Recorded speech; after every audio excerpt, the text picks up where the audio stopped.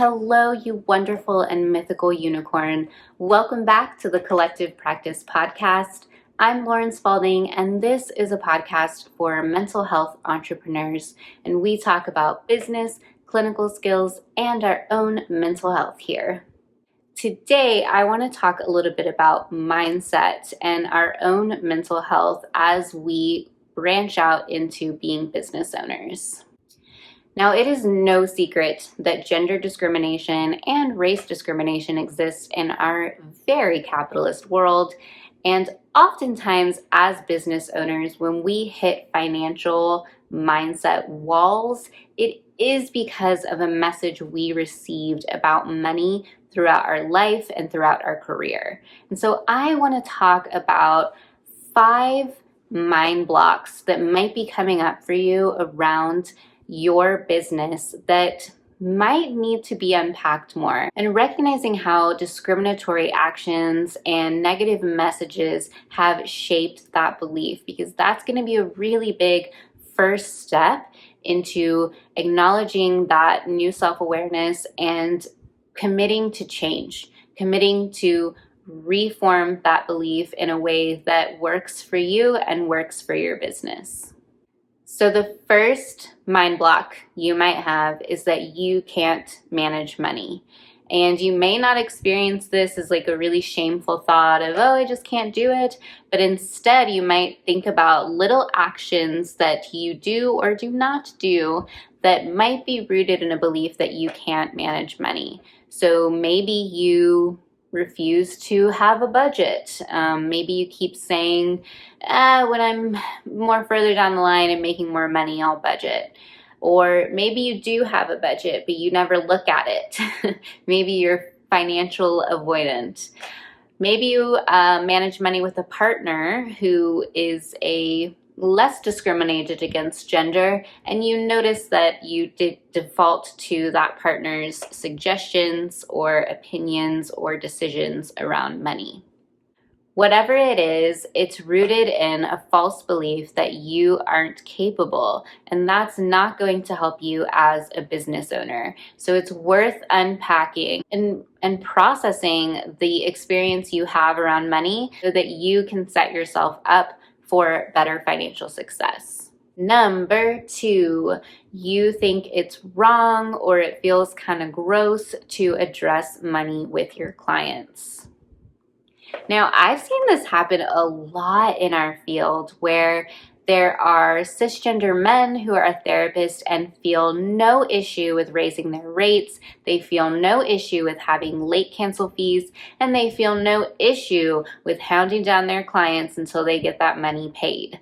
I see all the time women and the LGBT community feeling a very different idea around money, where they're like, but this person's going through a hard time, so I don't want to bug them, or well, I just don't feel like I could charge my full rate right now, or it's okay for me to slide my scale, my calendar's not full. Whatever that might look like, you're likely setting yourself back because of a rooted belief, a rooted negative belief around your empowerment with money and your empowerment with clients who sought your services out.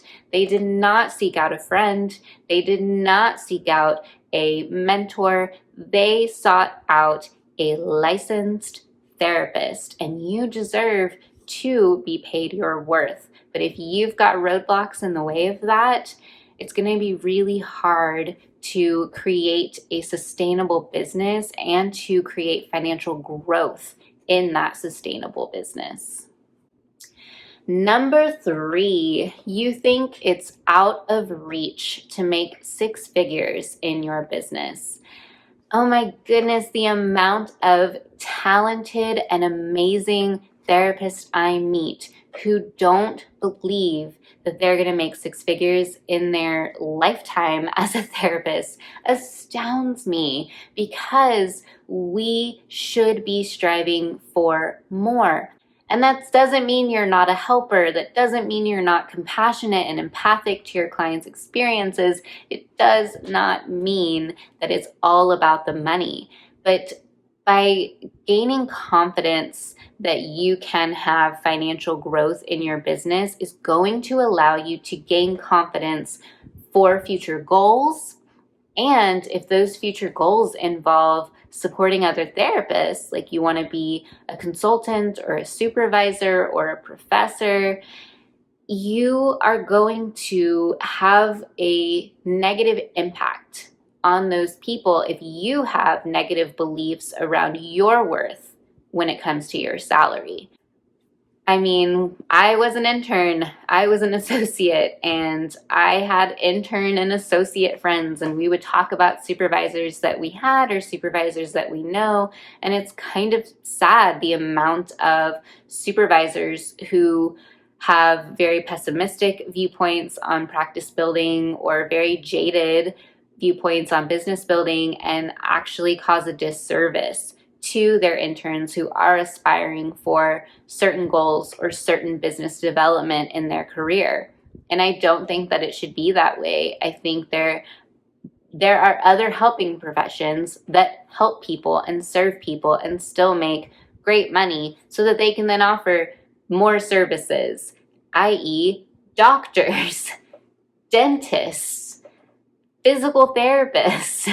I mean, there's so many other fields of people who want to do good in the world and can recognize that by building wealth, we can do more good in the world. We can offer more for our clients, for our community, and for our profession.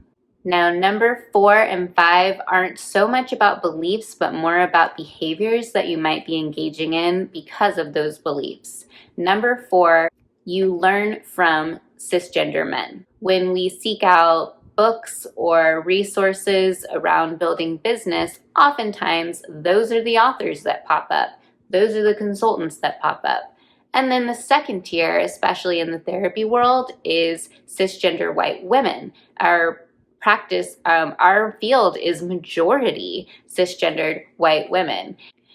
Now, there's no problem with learning from successful people.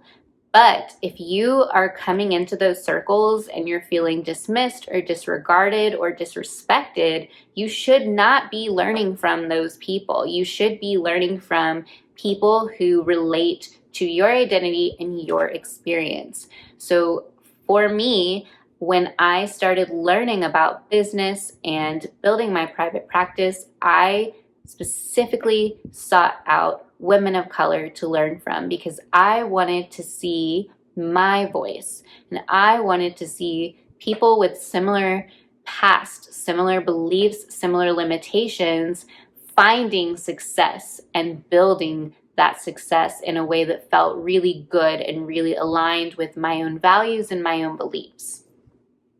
When you learn from those who have the same or a similar identity as you are going to start building not only conscious confidence, but subconscious confidence that this is possible and that you can do it and that you freaking deserve it. And number 5, you don't set financial goals. Again, this might attach to gross feelings around money or lack of confidence around money or denial of money. Either way, you're doing yourself a disservice by not setting financial goals because you're not bridging that gap between where you are now and the goal that you have. And you're doing yourself a huge disservice by making it feel like you have to jump mountains to get there rather than setting a clear path to get there. And as a business owner, that clear path is your financial goals. So let's say that you have a goal to create a sustainable business this year. And maybe for you, that means feeling like you can pay yourself consistent and good paychecks, feeling like you can increase your overhead, whether that's getting a new office or doing better trainings, whatever that might be. Maybe you have some personal financial goals, like you want to start paying down your student loan debt more, or you want to start saving up for a car.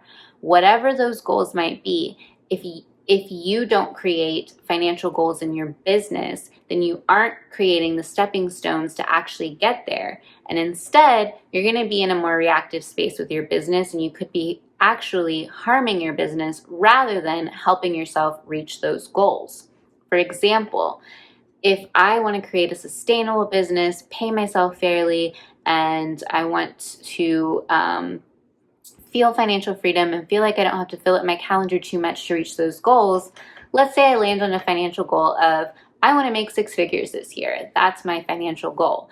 And now, taking that numeric goal, I can break it down into stepping stones. So if I want to make 6 figures for this year, let's say that's 100,000 divided by 12, that means I need to make roughly $8,000 a month, actually a little bit more. Now that may have put some anxiety in your heart. You may be thinking, oh my gosh, that just made me feel even more anxious rather than not, and it's easier to just not think about those finances. Well, the reality is, if I'm not thinking about that, if instead I'm keeping it to a big picture goal or a very vague goal, I'm not going to be looking at my numbers month to month. So if I look at my numbers and I'm like, all right, I need to make $8,000 a month. That is my goal this year. I want to hit an $8,000 month. Well, how many clients am I willing to see? So let's say I'm willing to see 20 clients a week. That means that each client would have to pay roughly $400 a month. Okay, so of those 20 clients, are all of them at your full rate? Are all of them seeing you weekly? Are all of them consistent when they see you? Do you have anyone who cancels pretty consistently? All of these factor into your goal, and by having a number there, it's going to help you break down that goal more and think about what you need to focus on in your business. So let's say you're like, well, I am at 20 clients, but I don't have them at my full rate, so I'm not making 400 off of each of them. Well, then maybe we need to think about raising rates. Or maybe you're like, I am at 20, but I don't want to raise rates, but I know that they're not paying me that and they're not seeing me consistently. Well, then maybe you need to take on more clients at your full rate that see you weekly, that can fill in the gaps of the people that don't see you weekly. There's different ways that you might want to approach that. You might be thinking, I don't want to make that solely off of clinical clients. The thought of seeing 20 consistent clients a week at full rate stresses me out. Well, then maybe you need to start thinking about passive income and bringing other income streams into your business. So you can see how making financial goals is really healthy for your business, and it's a really important aspect of your business. And if you deny it or you don't face it, it's going to be pretty detrimental to your business growth, and it's going to keep you in a very reactive space.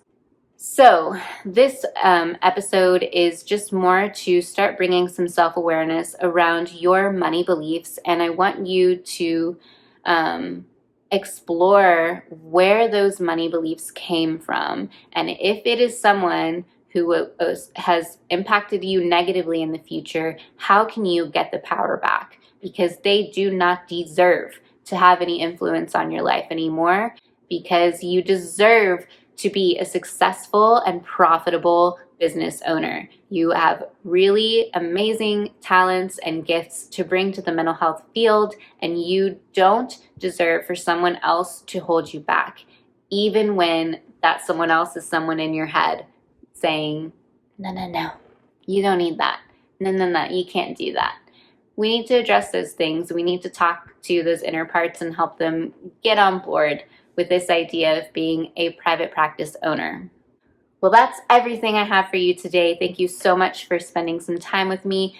Don't forget to check out the free masterclass I've put together for you. It is all about creating the beginning phases of your business, including marketing, social media marketing, branding, and business planning. I hope that you do check it out, as well as everything else that I offer to support you around your growing business. And let's be friends. Follow me on YouTube, Spotify, Instagram, Facebook, Twitter, TikTok. I'm on there now. Follow me, and I am so excited to support you throughout your journey as a mental health practitioner. Thanks so much, and I'll see you in the next one. Bye.